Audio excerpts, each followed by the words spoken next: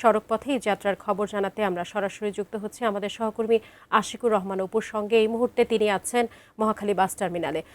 অপু, আপনি কি দেখতে পাচ্ছেন আজ সকালটায় মহাখালী বাস টার্মিনালে? কি অবস্থা? যাত্রীরা ঠিকঠাকভাবে যাত্রা করতে পারছেন কিনা নারীর টানে?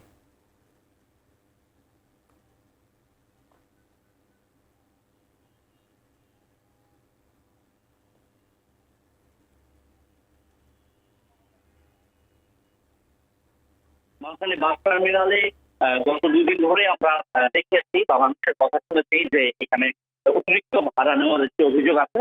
সেটার একটি ব্যাখ্যা আমার পরিবহন কর্তৃপক্ষ যারা আছে তারা নিচ্ছেন। তারা বলছেন অতিরিক্ত ভাড়া না, তারা চার্টের নির্ধারিত ভাড়াই এখন দিচ্ছেন, কিন্তু আগে কম নিতেন, কারণ অন্য সময় কম দিয়েও কিন্তু আপ ডাউনে যাত্রী পাওয়া যেত।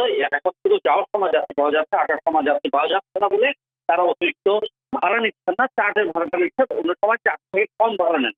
এটা পরিবহন সংশ্লিষ্টদের দাবি। আর যাত্রীরা বলছেন যে যে ভাড়াটা আগে 300 টাকা নিত সেটা এখন 450-500 টাকা নিচ্ছে। এমনকি যে ভাড়াটা আগে 250 টাকা বা 300 টাকা নিত সেটা এখন 500 টাকা নিচ্ছে। কোনো কোনো ক্ষেত্রে কাউন্টারে টিকিট বিক্রি না করে কিছু কিছু পরিবহন যে প্রধান সড়কে ওঠার পর যাত্রী তুলছে এবং তাদের থেকে অতিরিক্ত ভাড়া নিচ্ছে, এমন অভিযোগ আমরা পেয়েছি। সবকিছু মিলে এই অতিরিক্ত ভাড়া নেওয়ার অভিযোগ এবং সেটার খণ্ডন ও পাল্টা এটি ব্যাখ্যা পরিবহন কর্তৃপক্ষ। এইটুকু ছাড়া মহাখালী বাস টার্মিনাল জুড়ে আমি বলবো ব্যবস্থাপনা যথেষ্ট নিয়ন্ত্রিত, ট্রাফিক ব্যবস্থাপনা নিয়ন্ত্রিত। বাস টার্মিনালের আশেপাশে কোনো পার্কিং কিংবা গাড়ি খুলে থাকতে দেওয়া হচ্ছে না, ফলে এখানে যানজট ভাবে তৈরি হয়নি।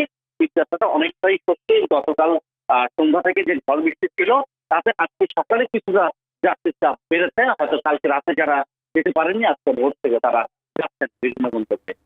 সাদিয়া।